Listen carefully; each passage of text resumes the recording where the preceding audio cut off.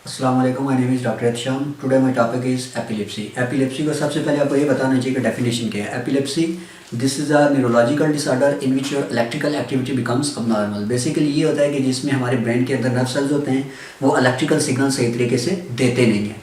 अब इसकी most common causes जो है वो होती है जेनेटिक्स में आ जाता है कि सबसे पहले जो फैमिली हिस्ट्री आती है। अब फैमिली हिस्ट्री के बाद उसके बाद हमारे ब्रेन के अंदर इन्फ्लेमेशन हो जाती है जिसको आप सोजिश बोलते हो, ठीक है। आपके ब्रेन के अंदर जो मेनिंजेस होती हैं उसके अंदर इन्फ्लेमेशन आ जाती है। उसके बाद ब्रेन ट्यूमर हो सकता है।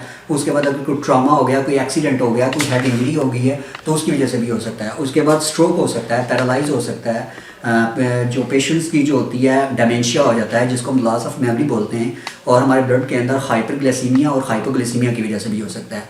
तो this is the most common leading causes of epilepsy या सीजर। इसको हम सीजर भी बोलते हैं और फिट्स भी बोलते हैं।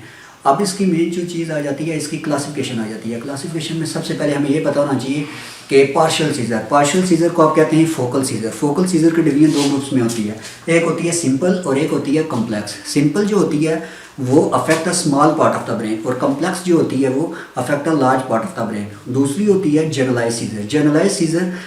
इसकी मजीद डिवीजन होती है। जनरलाइज सीजर में आ जाता है टोनिक सीजर में होता है कि आपके जो मसल्स होते हैं ना उसकी स्टिफनेस हो जाती है आपके अपर लिम्ब में और आपके लोअर लिम्ब में। अपर लिम्ब में आपके आर्म्स आ जाते हैं और लोअर लिम्ब में आपके लेग्स आ जाते हैं, यानी कि muscle stiffness in arms and leg. और मरीज जो अचानक खड़ा होता है वो अचानक गिर जाता है, यानी कि person suddenly fall when standing. Second division इसकी आ जाती है टोनिक। इसमें क्या होती है movement of muscles on both side of the body और इसकी ड्यूरेशन भी ज़्यादा होती है, 5 मिनट से ज़्यादा होती है।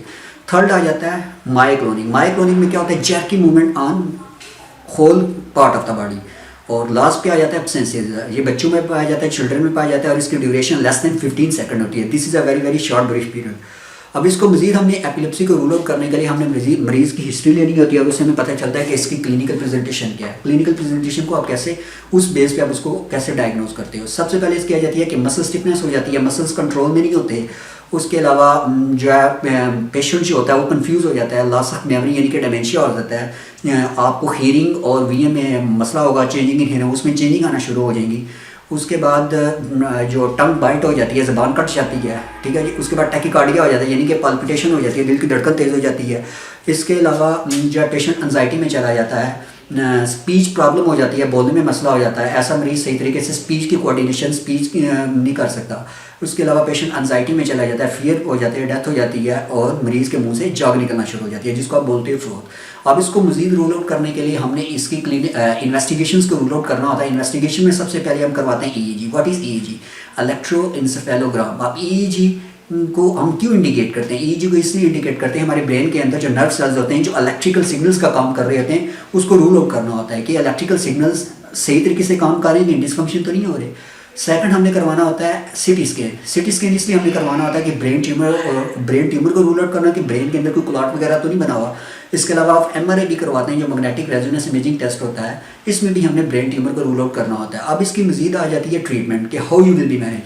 पाकिस्तान में जो एक एंटी एपिलेप्टिक ड्रग्स हैं जो पाकिस्तान में बहुत मशहूर कॉमन ड्रग्स है जो होती है फिनोबार्बिटॉल, ठीक है जी। ये बहुत फेमस पाकिस्तान में मेडिसिन है जो एपिलेप्सी वाले पेशेंट्स को देते हैं। उसके बाद आ जाती है सोडियम वेलप्रेट। उसके बाद आ जाती है कार्बामेज़ापाइन जो प्रेगनेंसी में भी सेफ होती है। उसके अलावा आ जाती है डायज़ेपाम वेलियम, यानी कि मरीज़ को अगर एमरजेंसी में हमारे पास आया, बहुत ज़्यादा फिट्स पड़े तो उस वक्त आप उसको डायज़ेपाम वेलियम लगा सकते हो। उसके बाद हमने देखना है कि अगर हमने सीटी स्कैन करवाया है, एमआरआई करवाया है, तो अगर उसमें ट्यूमर आ रहा है तो हमने उसको न्यूरोसर्जन के पास रेफ़र करना है ताकि उसकी सर्जरी हो सके। थर्ड आ जाता है कि अगर बच्चों में सीजर है जिसको मैं ऑलरेडी आपको बता चुका हूँ कि एब्सेंस सीजर होता है जिसकी ड्यूरेशन लेस देन 15 सेकंड्स होती है, ठीक है। तो उसमें जो ड्रग ऑफ चॉइस होती है वो होती है इथोसक्सीमाइड। अब अगर इसको अच्छे तरीके से हम मैनेज नहीं करेंगे, बराबर टाइम पे मैनेज नहीं करेंगे तो उसकी कॉम्प्लिकेशंस में कन्वर्ट हो जाएगा। तो कॉम्प्लिकेशंस कौन कौन सी ऐसे मरीज में क्रिएट हो सकती हैं? पेशेंट्स स्ट्रोक में जा सकता है, पेशेंट को डेमेंशिया हो सकता है, पेशेंट्स को एंजाइटी क्लिनिकल प्रेजेंटेशन आ सकती हैं, पेशेंट्स डिप्रेशन में जा सकता है, हार्ट डिजीज़ हो सकती है, एंजाइटी हो सकती है और मरीज़ की डेथ हो सकती है, ठीक है। अब प्रिकॉशन में इसकी सिंपल चीज़ ये है कि आपने रेगुलर एक्सरसाइज करनी है, हेल्दी डाइट खानी है, आपने नींद पूरी करनी है, स्लीप साइकिल जो है वो आपने होल उसको कंप्लीट करना है, उसका साइकिल आपने अच्छे तरीके से कवर करना है। उसके बाद आपने अपना जो वेट होता है वो मेंटेन करना है, मेंटेन योर वेट, ठीक है। अवॉइड अल्कोहल और अवॉइड ड्राइविंग। और इसमें जो मेन चीज़ आती है कि आपने एपिलेप्सी का स्टेटस आपने कब देना है, जब भी फिट्स की ड्यूरेशन 30 मिनट से ज़्यादा हो, जब भी फिट्स की ड्यूरेशन 30 मिनट से ज़्यादा हो तो आपने उसको एपिलेप्सी या सीजर का यानी कि फिट्स का स्टेटस दे देना है कि इस पेशेंट्स को एपिलेप्सी हुई है। Thank you.